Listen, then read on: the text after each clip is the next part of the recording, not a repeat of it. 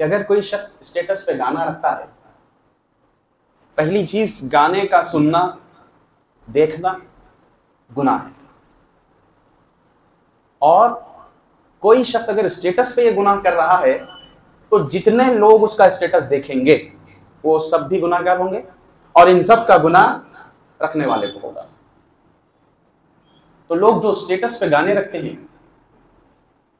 वो लोग बाज आ जाएं, क्योंकि ये छोटे छोटे छोटे छोटे गुनाह कल क़यामत के दिन गुनाहों का पहाड़ बन जाएंगे।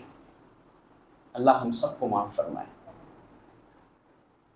अब सवाल ये पैदा होता है कि जिधर नजर डालो बेहयाई है, जहां नजर डालो हमको घर से बाहर निकले तो बेहयाई। इंसान इस बेहयाई से कैसे बचे, इस बेहयाई से कैसे रुके, इस बेहयाई से कैसे अपने आप की और अपने घर की हिफाजत करे? एक ही सॉल्यूशन कुरान मजीद ने हमको दिया। क्या फरमाया? इन्नस्सलाता तन्हा अनिल फहशाई वल मुनकर।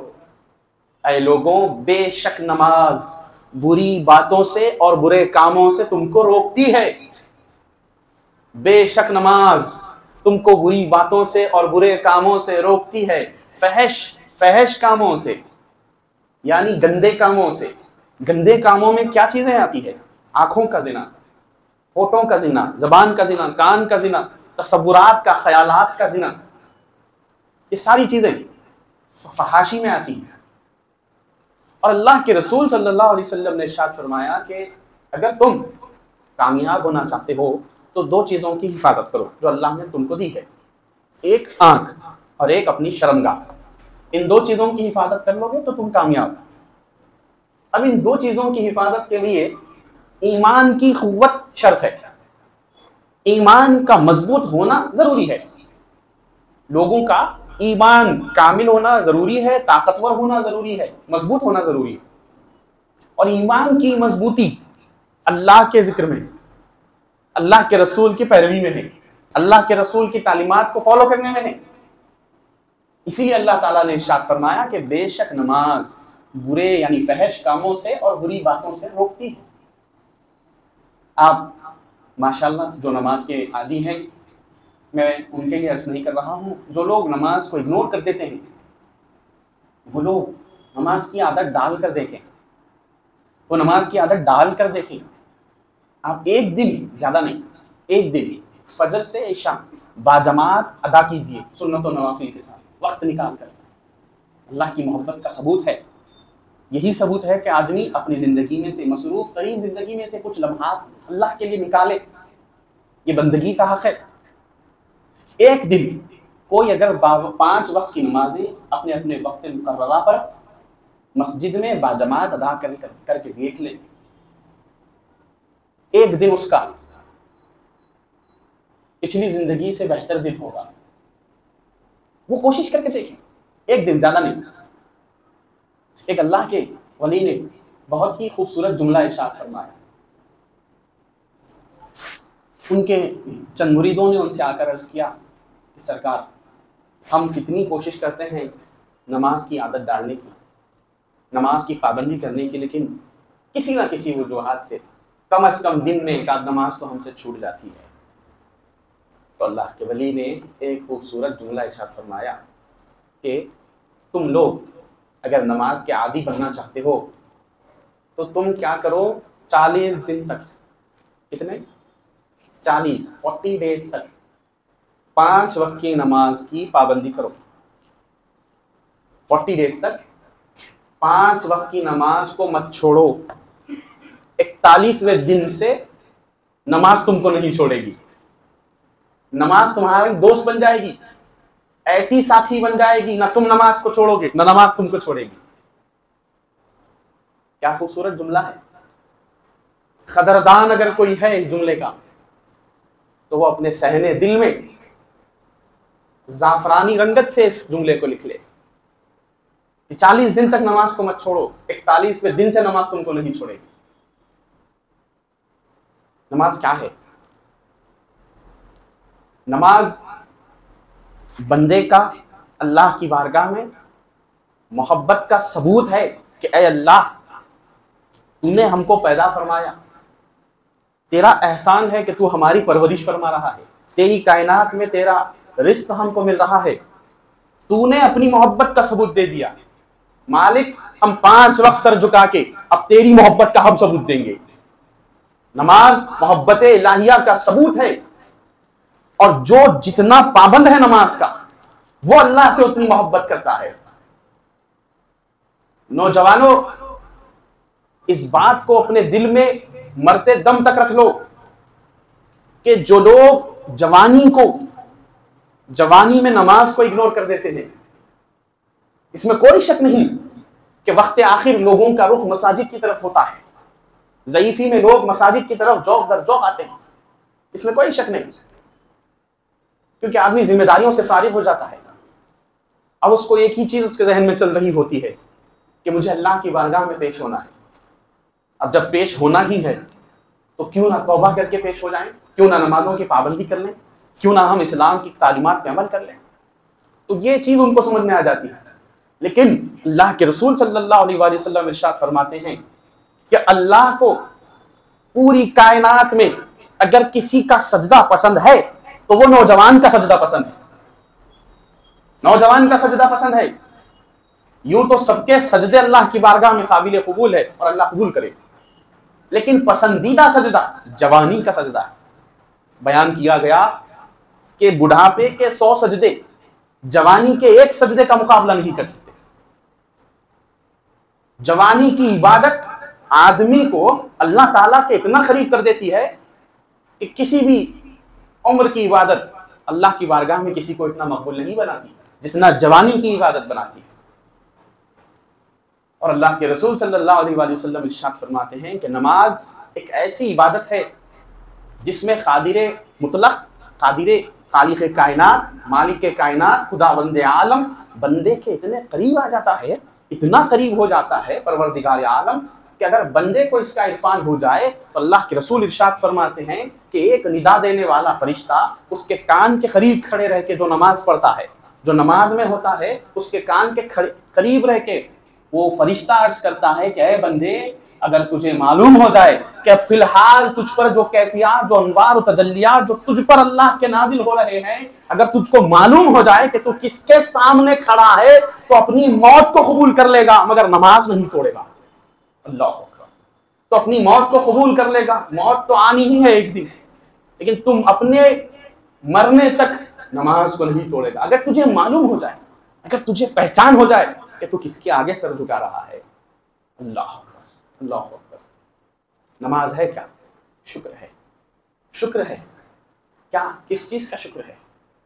पहली बात तो नमाज मोहब्बत की दलील, अल्लाह से कौन कितनी मोहब्बत करता है उसकी दलील।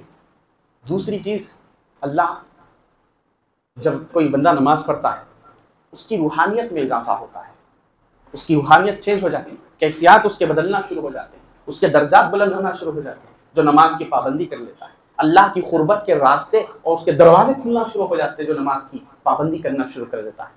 और तीसरी चीज जो है, नमाज शुक्र है। क्या है? शुक्र है। किस चीज का शुक्र?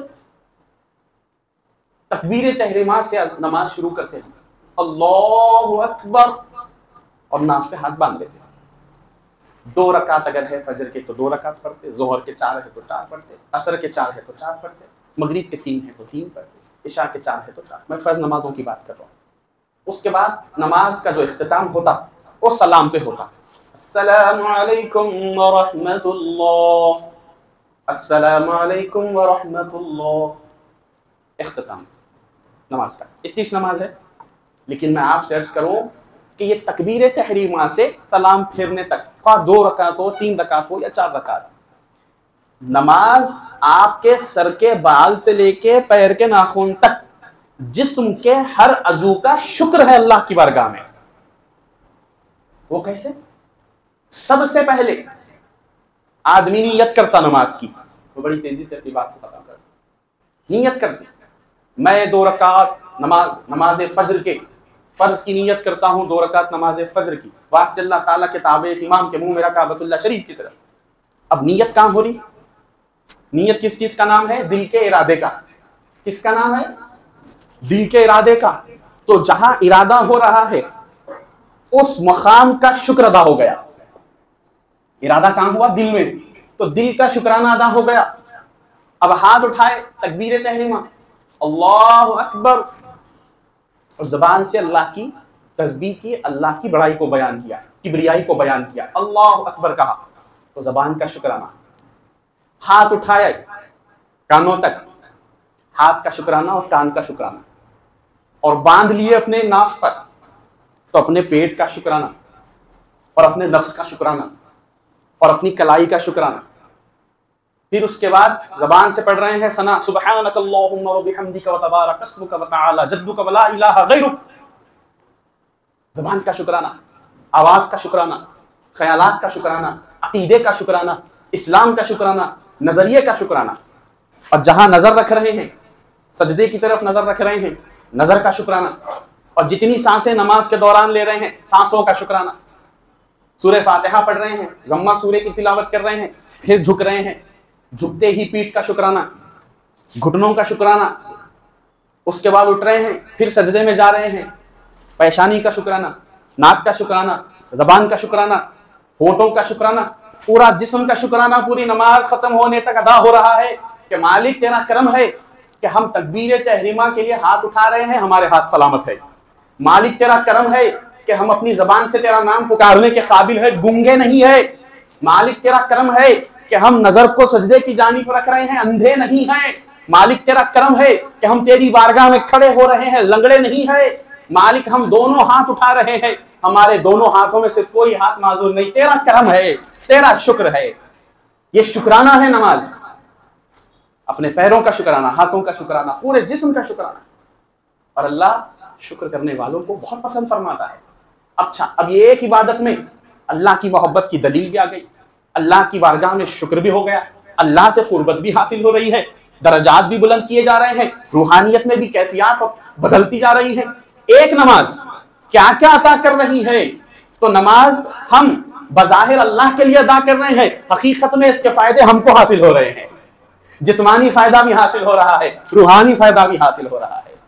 कितनी बड़ी करम की बात है, और हम इसको हल्के में ले लेते हैं। इधर अजान दे रहा है मुअज्जिन और हमारे कानों पे जू नहीं रेंग रही है। इधर अजान देने वाला पुकार रहा है, अल्लाहु अकबर, अल्लाहु अकबर, अशहदु अल्ला इलाहा इल्लल्लाह, अशहदु अन्ना मुहम्मदुर रसूलुल्लाह, हय्या अलस सलाह, हय्या अलल फलाह, अल्लाहु अकबर, अल्लाहु अकबर, ला इलाहा इल्लल्लाह। 2 मिनट की अजान, लेकिन इसकी गहराई समंदर से ज्यादा है। 2 मिनट की अजान, इसकी लंबाई अर्श मुअल्ला तक है। 2 मिनट की अजान, इसकी चौड़ाई पूरी कायनात की चौड़ाई के बराबर है। अगर आप इसकी अजमत को समझो, इतनी अजीम इबादत को हम बहुत हल्के में लेते हैं।